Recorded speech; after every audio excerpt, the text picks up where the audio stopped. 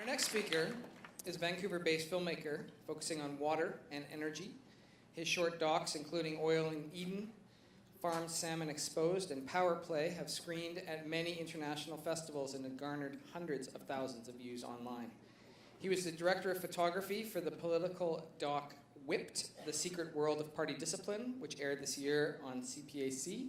His footage of BC's unique fish and wildlife also appears regularly in news and documentary broadcasts around the world. He is the co-founder and editor of the online journal The Common Sense Canadian. He's also one half of the creative duo behind the feature documentary Fractured Land, along with Fiona Rayner. Currently in production and slated to appear next year on CBC's documentary channel. Please welcome Damien Gillis.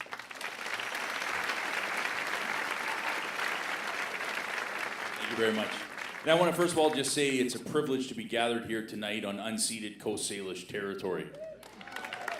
Thank you very much. Fractured Land tells the story of Caleb Bain, a young First Nations lawyer in the making from Northeast BC, whose family is on the front lines of the natural gas fracking boom that's overtaking this province and many places in the world. As Bill McKibben says of him, anyone who can throw a hatchet and sue you is a force to be reckoned with. Much of our project, including our character and his story, and our creative process, even the means by which we're funding and promoting it, embodies this concept of dialectic, which the Russian filmmaker Eisenstein applied to film. It's this notion that through the collision of opposing ideas grows something new, a synthesis.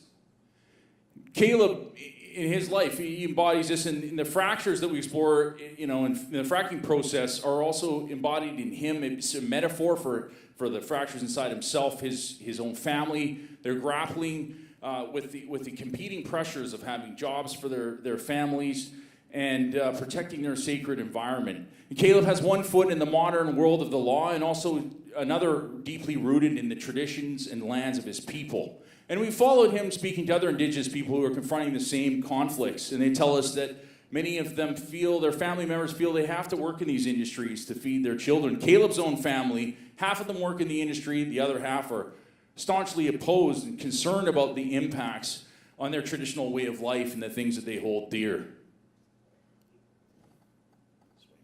Caleb also tells us that much of the work that he wants to do to better represent his people takes place in the courtrooms and boardrooms of Vancouver. Well, his family and the things that are dear to him, like his dying grandfather, are up north. And this is really a source of constant conflict for him, deciding what path that he should best follow and how to keep in touch with those traditions while being down here.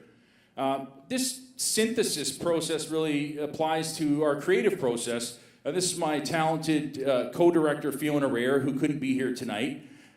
We've been really privileged to have a number of people believe in our project and take a chance on a couple of young first-time feature filmmakers and co-directors, no less. And I think that we each bring something very unique to the project. Fiona, when she's not making Fractured Land, is the co-director of Gen Y Media, which uses film and public events to bridge the intergenerational divide. And she has a keen emotional sense of our character and story, and it wouldn't be the same film without her.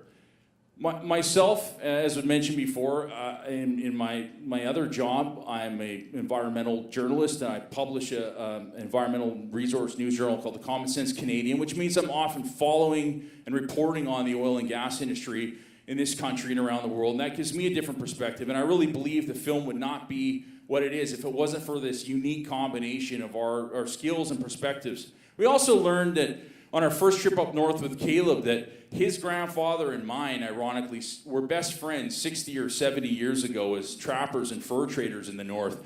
And I think our work together really reflects the synthesis that's very exciting that's happening between Indigenous and non-Indigenous people in this country right now, particularly around some of these resource issues. And it's a lot of young folks that are leading this. This collaboration has been really fruitful so far. This is us pitching at the Hot Docs Industry Forum this year, where we were delighted to be awarded the Audience Prize, or Cuban Hat Prize, for Best Pitch. And that opened a whole bunch of doors for us. Fiona's so good she can do this with her eyes closed. Well, we wouldn't be able to do what we're doing without this great team of people around us. This is just a few of them. Some of them are here tonight. I want to acknowledge Zach Embry, who took many of the production stills that you see here. Hillary Hennigar, who ran our crowdfunding campaign. I think Adam Myhill, who's DP'd a number of our shoots, is here tonight as well. And their unique and diverse perspectives have really informed and helped to shape our story as well. We also have applied this principle to the way we film the story. And we don't, instead of having talking heads, we document Caleb in dialogue and conversation with a very diverse range of people, including the head lobbyist for the oil and gas industry, David Suzuki over there, a conversation recently, Indigenous elders. And out of this process of conversation and challenging each other's ideas, we get some some new and refreshing moments and concepts that come out of that. Even in the editing room, Fiona and I are not afraid to each stake our respective positions and visions on how we're cutting things together. And through challenging each other, I think we emerge with better ideas than either of us could come up with on our own. And so being co-directors is actually not a liability, it's a plus for us. We've also seen this, we've blended modern and conventional tools for both funding and promoting our film, including social media, which we've mobilized to build a community around our project and interest in the film and opening up new dialogue around these issues that we're discussing. We successfully engaged crowdfunding, Indiegogo, to raise over $50,000 for our project. And I think it's very promising, and it's a hell of a lot of work, I gotta tell you, and you need a great team to pull it off. But there's lots of other benefits, like increased exposure in the media, building your social network, and it provided us a valuable bridge funding to get to where we are. But over 90% of our funding is going to come from conventional sources, tax credits, broadcasters. We're privileged to have a first window license for broadcast in Canada with CBC's documentary channel. That's been invaluable. We've had great support from Shaw Hot Dogs Media Fund, BC Film that was mentioned before, BC Arts Council. And so it's really a fusion of these two methods, the modern and the traditional funding to make this film happen. And just an example of our gear even, we have this vintage Minolta Rockor lens, which is probably the most prized possession of our DP, Adam, on a beautiful new Canon 5D Mark III. And that's enabled us to capture things that we wouldn't have been able to do with virtually any other setup. It's been a wonderful ride so far. This is us with two other Vancouver filmmakers, Tom Spurston and Trish Dolman. We both won some awards here at the Hot Dogs Pitch Forum. And that, again, has opened up all sorts of exciting possibilities for us, which we're currently pursuing. The film will be shooting until February in...